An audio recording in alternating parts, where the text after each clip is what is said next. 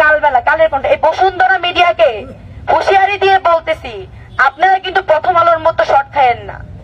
বারবার বলতেছি, আমরা কিন্তু হাদি ভাই চলে গেছে, কিন্তু হাদি ভাই আমাদেরকে শিখাই দিয়ে গেছে কিভাবে কোন সময় কি করতে হবে।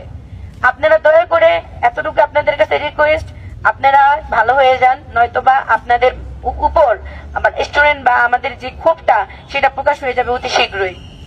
আমাদের আসলে জেলে নেওয়ার ব্যাপারটা, আরেকটা কথা, আমার সাথে জেলে আরেকটা মেয়ে ছিল, সে হচ্ছে জগন্নাথ ইউনিভার্সিটির স্টুডেন্ট, তানজিলা তাবাসসুম, অর্থনীতি নিয়ে পড়তেছে সেকেন্ড ইয়ারে। ওই মেয়েটাকে পুরো গুম করে রাখা হয়েছে। আমার ফ্যামিলি তো জানতো যে আমি জেলে, কিন্তু ওর ফ্যামিলি জানে ও হলে, ওর ইউনিভার্সিটি স্টুডেন্টরা জানে ও বাসায়। এইভাবে স্টুডেন্টদের মুখ কেন বন্ধ করা হচ্ছে? ওই মেয়েটাও সেম আমার মতো প্রতিবাদী কণ্ঠ ছিল, আমাদের মতো প্রতিবাদী কণ্ঠ ছিল। ওই মেয়েকে এভাবে জেলে গুম করে রাখা হয়েছে, ওর ফ্যামিলিও জানে না, ওর ইউনিভার্সিটিও জানে না।